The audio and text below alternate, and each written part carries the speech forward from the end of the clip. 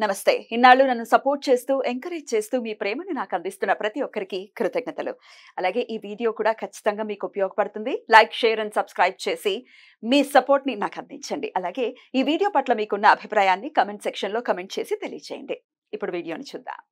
నమస్తే, welcome to our channel. నేను పద్మిని. ప్రస్తుతంతో పాటు ప్రముఖ ఆధ్యాత్మికవేత్త, వాస్తు జ్యోతిష పండితులు శేషగిరిరావు గారు ఉన్నారు. మాట్లాడదాం. నమస్కారం అండి. బాగున్నారా? మే 1వ తారీఖు గురువు మారబోతున్నారు. సహజ లాభస్థానంలోకి వెళ్ళబోతున్నారు, వృషభ రాశిలోకి. సో మరి గురువు ఇచ్చేటటువంటి ఈ సంవత్సర కాలం పాటు కూడా ఎట్లాంటి ఫలితాలను ఇవ్వబోతున్నారు ద్వాదశ రాశుల వాళ్ళకి? అలాగే నర్మదా పుష్కరాలు కూడా మొదలు కాబోతున్నాయి. ఆయన మారినప్పుడు ఖచ్చితంగా పుష్కరం అనేది వస్తుంది. ఇది అందరికీ తెలిసినటువంటి విషయమే. సరే, ఇక ఈ గురువు ఇచ్చేటటువంటి ఫలితాన్ని ఒక్కసారి మీ ద్వారా. రైట్, తప్పకుండా గురుడు ఎక్కువ శాతం మందికి మంచిగా చేస్తాడని ఆశిద్దాము. సరే, ఒకవేళ ఎవరికైనా నెగిటివ్ ఉంటే ఆ నెగిటివ్ ఏంటి, ఏ కోణాలు అంటే ప్రతి ఒక్క గ్రహం కూడా సేమ్ ఒకటే చెడు చేస్తుందని కాదు. సో ఆయా రాశులు బట్టి వచ్చే చెడు వేరుండొచ్చు, మంచి కూడా వేరుండొచ్చు. సో అలా మనం ఉదాహరణగా చెప్పుకుంటే కనుక కన్యా రాశి కొన్ని విషయాల్లో చెడున్నా కానీ ఈ గురుడు మారే విషయంలోకి వచ్చేప్పటికి ఏంటంటే అప్పటిదాకా పెళ్లి కాని వాళ్ళకి పెళ్లి అయ్యే అవకాశాలు ఉన్నాయి. మంచి కూడా ఉంది కదా. సో అది ఒక ఉదాహరణ మాత్రమే. ఇలా తర్వాత ఏ రాశికి ఏంటనేది మనం వివరంగా మాట్లాడుకున్నా కానీ ఇక్కడ వచ్చేప్పటికి ఏంటంటే గురుడు మారటం అనేది ఏంటంటే కొద్దిగా మనకి ఏ విషయాల్లో కొంత ఇబ్బంది అంటే ఆయన ఉన్నది సంచారం చేసేదంతా కూడా శత్రువు రాశిలో సంచారం చేయటం అనేది. శుక్రుడు ఆయనకు శత్రువుగా పరిగణించొచ్చా? అంతేగా, ఈయనేమో దేవతల గురువు, ఆయనేమో రాక్షసుల గురువు.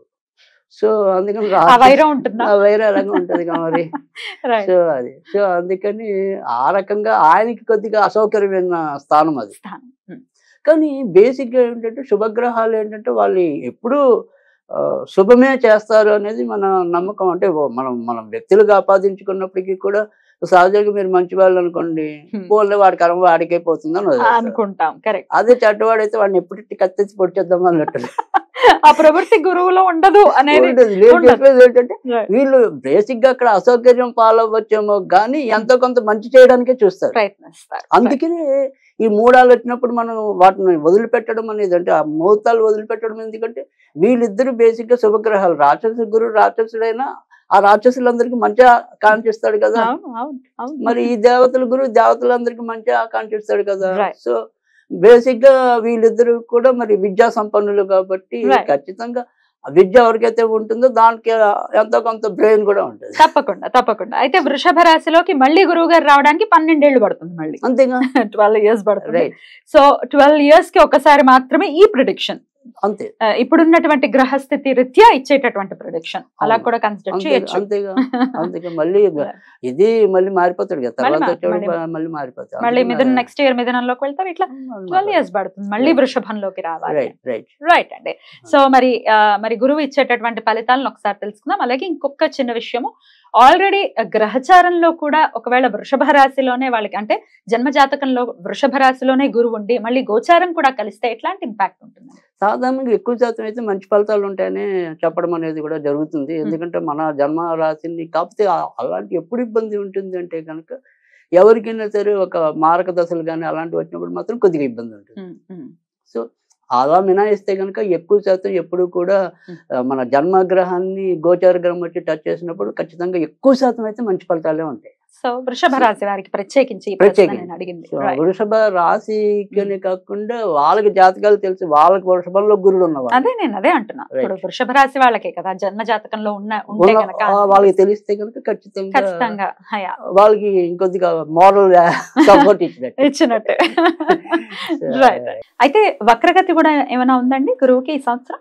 తప్పకుండా. అంటే ఇప్పుడు మనం ఒకటి మూడాలు అనేది కూడా ఉంది కాబట్టి గురుడికి మోడ్యం అనేది ఉంది. తర్వాత దాంతో పాటుగా ఇంచుమించుగా అక్టోబర్ కి మధ్య నుంచి వక్రం ఉంటుంది. సో అది ఆ వక్రం వచ్చినప్పుడు మరి ఆటోమేటిక్ గా కొన్ని ఫలితాలు స్తంభింపజేయటం అనేది కూడా అలానే ఉండటం. మంచి ఫలితాలు స్తంభిస్తాయి, చెడు ఫలితాలు కూడా స్తంభిస్తాయి. ఇప్పుడు సపోజ్ ఉదాహరణకి గురుడు ఇక్కడ మంచి ప్లేస్ లో ఉన్నప్పుడు సంబంధం కుదరచ్చు. సో కానీ ఆ సంబంధం ఎప్పుడు పెళ్ళికి వెళ్తుంది అనేది స్తంభించింది కాబట్టి ఇంకా 2-3 నెలలు టేక్ తీస్తాయి. అంతే, అలాంటివి అలా కూడా ఉండేది. అది వివరంగా మనం రాశి వైజ్ మాట్లాడుకున్నప్పుడు చెప్తారు. రైట్. మరి ఇప్పుడు ఇక చూద్దాము ద్వాదశ రాశులకి కూడా ఈ గురువు మార్పు వల్ల వచ్చేటటువంటి ఫలితాలు ఏంటో. రైట్. మరి సింహరాశి వారికి గురువు ఎలాంటి ఫలితాలను ఇవ్వబోతున్నారండి? ఇప్పుడు మనం సింహరాశి గురించి మాట్లాడుకోవాల్సి వస్తే కనుక సింహరాశికి వచ్చేప్పటికి ఏంటంటే ప్రస్తుతం మనకి ఏదైతే మరి 1వ తారీఖు నుంచి 10వ ఇంట అంటే రాజ్యస్థానంలోకి గురుడు మారటం అనేది ఉంది. ఇప్పటికీ మరి రాష్ట్రాధిపతి రవి ఓర్చలో వీరికి ఉండటం అనేది కూడా జరిగింది. కనుక సింహరాశి వారికి చూసినప్పుడు ఏంటంటే కొద్దిగా జూన్ ఒక నెల ఒకంత చికాకు కలిగించినప్పటికీ కూడా ముఖ్యంగా జూలై, ఆగస్టు, సెప్టెంబర్ మధ్య ఏదైనా సరే కొత్తగా ఇల్లులు తీసుకోవాలంటే సింహరాశి వాళ్ళకి తప్పకుండా సాధ్యం అవటం అనేది ఉంటుంది. తర్వాత ఎవరైతే లోన్ మీద ప్రయత్నం చేస్తున్నారో ఆ లోన్ రావటము, తద్వారా మరి ఆ గృహ తీసుకోవాలి అనే కళ నెరవేర్చుకోవటం అనేది కూడా సింహరాశికి సాధ్యమవుతుంది. ఇక వృత్తి ఉద్యోగాల్లో ఆకస్మికంగా మార్పులు వచ్చినప్పటికీ కూడా ఆ మార్పులన్నీ కూడా వీరికి చేతనైనంత వరకు కూడా అనుకూలకంగానే ఉండటం అనేది కూడా మనం చెప్పదగిన విషయం అని చెప్పవలసి ఉంటుంది. Right. తర్వాత సింహరాశి వారికి వచ్చేప్పటికి ఏంటంటే ధనానికి ఈ ఏడాది అంతా కూడా పెద్దగా చెప్పుకోదగిన సమస్యలు అయితే రాకపోవటం అనేది ఉంటుంది. కానీ ఎవరికైనా సరే వీళ్ళు అప్పులు ఇచ్చి ఉంటే కనుక అప్పులు వసూలు చేసుకోవటంలో మాత్రం కొంతవరకు ఇబ్బంది ఎక్కువ ఎదుర్కోవాల్సి ఉంటుంది. వీళ్ళకి ఏంటంటే ఇంట్లో కొంతవరకు మొహమాటం లేకుండా ఉన్నప్పటికీ కూడా బయట కొద్దిగా మొహమాటంతో వీళ్ళు ఎక్కువ చిక్కులు తెచ్చుకునే అవకాశాలు కూడా ఎక్కువ ఈ సింహరాశి వారికి కనిపించడం అనేది ఉంటుంది. ఈ ఏడాది వీరు మరింత జాగ్రత్తగా ఉండవలసి ఉంటుంది. ఇక అక్టోబర్ నుంచి నవంబర్ మధ్య వచ్చేప్పటికి ఏంటంటే ఈ సింహరాశి వారి యొక్క సంతానం ఏదైతే ఉంటుందో ఆ సంతాన విషయంలో మాత్రం కొద్దిగా ఎక్కువ శ్రద్ధ పెట్టవలసి ఉంటుంది. అంటే అప్పటిదాకా చదువుతున్న పిల్లలు కొద్దిగా మొండికేయటం కానీ లేదా వారికి ఆకస్మికంగా ఏమైనా అనారోగ్యాలు రావటం అనేది కూడా సంభవించే అవకాశాలు అయితే ఉంటాయి. కనుక ఆ సమయంలో వీరు కొద్దిగా సింహరాశి వాళ్ళు జాగ్రత్తగా ఉండవలసిన అవసరం అయితే ఉంటుంది. ఈ సింహరాశి వారికి ఏదైనప్పటికీ కూడా గురుడు వల్ల ఎక్కువ మేలు ఉంటుంది. వృత్తి ఉద్యోగాల్లో తగినంత అభివృద్ధి లభించడం అనేది, తర్వాత అక్కడ అనుకోని కొత్త అవకాశాలు వచ్చి వీరికి మేలు చేయడం అనేది కూడా ఉంటుంది. కానీ ఏదైనప్పటికీ కూడా కొద్దిగా ఫిబ్రవరి వచ్చే సంవత్సరం 2025 ఫిబ్రవరి, మార్చి మధ్య మాత్రం ఏదైనా కొత్త ప్రయోగాలు చేయకుండా ఉండటం అనేది, అప్పటిదాకా ఉన్న ఉద్యోగాలు ఏమైనా సరే కొనసాగించడం అనేది కూడా మంచిదని చెప్పవలసి ఉంటుంది. ఇక ఈ సింహరాశిలో ఎవరైతే పెళ్లి కోసం వేచి ఉన్నారో ఆ పెళ్లి అనేది మాత్రం కొంత ముఖ్యంగా మనకి ఏంటంటే జూలై నుంచి అక్టోబర్ మధ్య అయితే అది సానుకూలమయ్యే అవకాశాలు అయితే ఉంటాయి.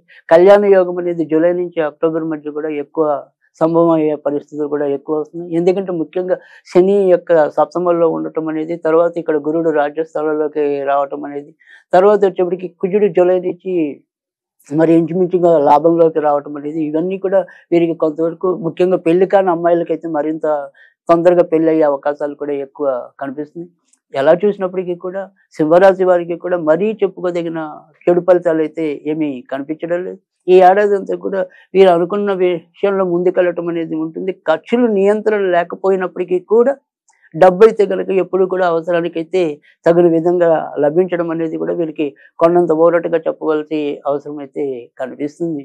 ఇంకా సింహరాశి వారు వచ్చేప్పటికి వ్యక్తిగత ఆరోగ్య విషయంలో కొంత జాగ్రత్తగా చూసుకోవాల్సిన అవసరం అయితే కనిపిస్తుంది. ముఖ్యంగా ఈ హార్ట్కి సంబంధించిన విషయాల్లో కానీ, తర్వాత వచ్చేప్పటికి కంటికి సంబంధించిన విషయాల్లో కానీ కొంతవరకు జాగ్రత్తగా పడితే ఈ ఏడాది సింహరాశి వాళ్ళు ఎలాంటి ఇబ్బందులు పడక్కర్లేదు. సింహరాశి వాళ్ళు ఈ ఏడాది అంతా కూడా ఎక్కువ ఆంజనేయ స్వామిని పూజిస్తే కనుక మరింత మేలు జరగటం అనేది ఉంటుంది. మరి సింహరాశి వాళ్ళు డెఫినెట్ గా మీరు చెప్పినటువంటి విషయాల్లో జాగ్రత్తలు వహిస్తూ, అలాగే చెప్పినటువంటి పరిహారాలని చేసుకోవాలని మనస్ఫూర్తిగా మనవి చేస్తూ నెక్స్ట్ ఎపిసోడ్ లో కన్యా రాశి గురించి తెలుసుకుందాం. నమస్తే.